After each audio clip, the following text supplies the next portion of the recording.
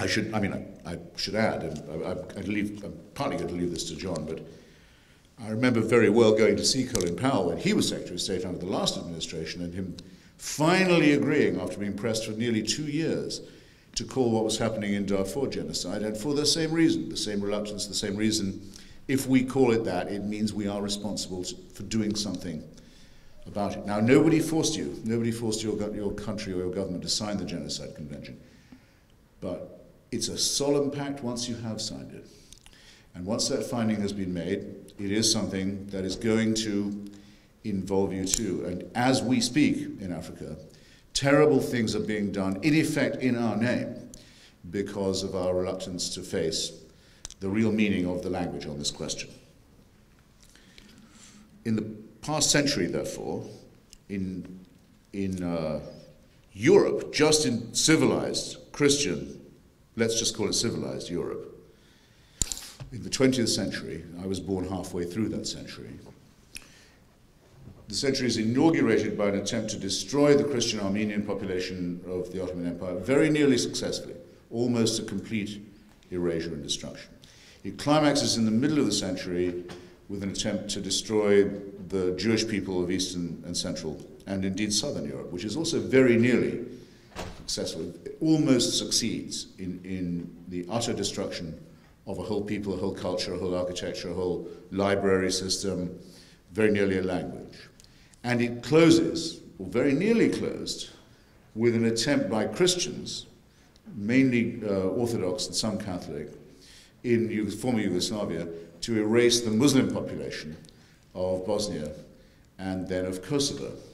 And some of you, I can tell by looking, aren't quite old enough to remember this, but those of you who do will remember how the people of Kosovo were loaded onto the trains at gunpoint. We thought we'd never see this again in Europe. We thought we'd never see this again after the end of the Second World War, after the end of the Cold War, after the fall of totalitarianism, that we would once again see people being actually packed onto the trains for mass deportation, and their homes taken away from them, and those who resisted shot out of hand, as they already had been, as if to encourage the idea of flight and exile and deportation in Bosnia.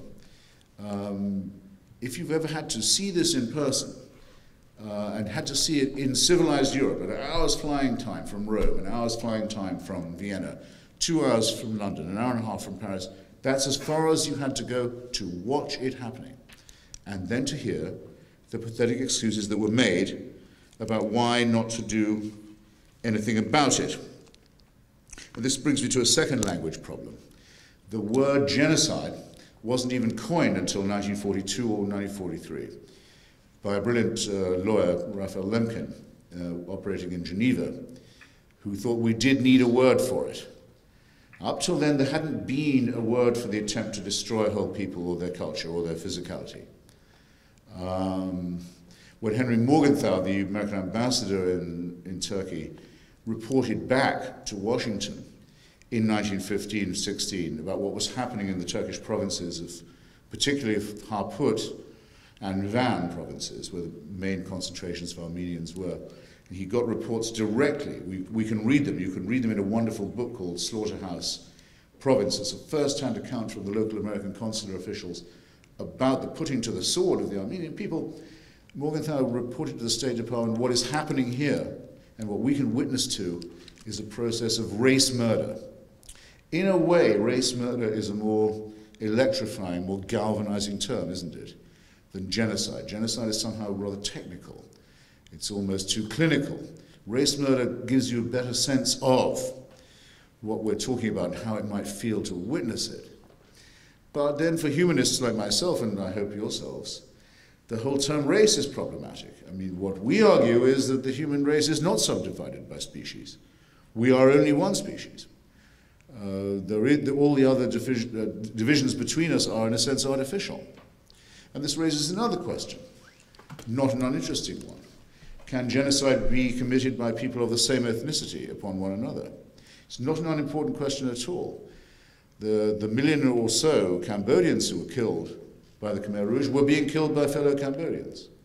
It's true that the Vietnamese minority in Cambodia was singled out for an especially vicious and barbarous treatment, but in general, it was Cambodians upon Cambodians.